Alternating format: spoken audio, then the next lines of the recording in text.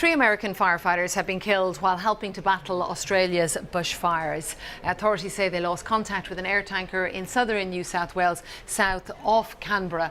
Now, those on board, they had been helping firefighting efforts by dropping water over a large, out-of-control bushfire. Here's the Commissioner of New South Wales from the Rural Fire Service.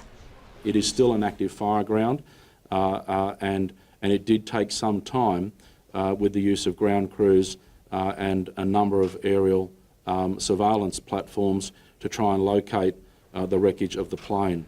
An investigation is now underway. Shama Khalil has more for us from Sydney. Large air tankers operations have now been suspended as police investigates what happened in the crash and the cause of the crash. But yes, another reminder of the very difficult conditions that have been happening, and also of the fact that these fires are still blazing, some of them out of control. As we speak, 70 fires burning in New South Wales. 44 of those are not contained at the moment. So even though there was a lull in the weather in the past few days, the danger is yet not over in this bushfire season. Thanks to Shama. Well, the Prime Minister, Scott Morrison, has been tweeting. He says, "My deepest condolences to the loved ones, friends and colleagues of those who have lost their lives. Such a terrible tragedy." Let's take a look at some of the pictures coming into us. This is a Reuters journalist tweeting. It was filmed actually near where the plane crashed in New South Wales. Let's move on. Closer to the coast this time, firefighters are battling new bushfires. They were whipped up by high temperatures and strong winds, and more homes have been lost in this area. Other towns are focusing on recovery efforts. As you can see, some of the devastation that is there. And also there are donations that have come in from around the world to help with the recovery. Hundreds of millions of dollars have been raised. Some of it has gone to local fire services and also animal welfare organisations.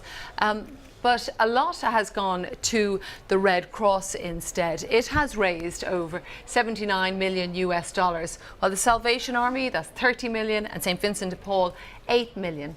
But only a quarter of that has made it to the fire-affected community so far, and the charities have been accused of drip-feeding donations and stockpiling money for future emergencies. Here's one government minister from New South Wales on that.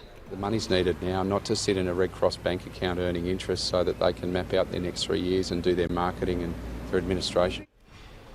Well, the Red Cross has defended its process. Let's take a look. It says that this is our plan now based on what every bushfire affected community has ever worked with us has told us that it needs. We also know it costs $5 million to keep our emergency teams in the field to respond to the fires that are ongoing and will burn until at least March. That's when the bushfire season in Australia usually runs until.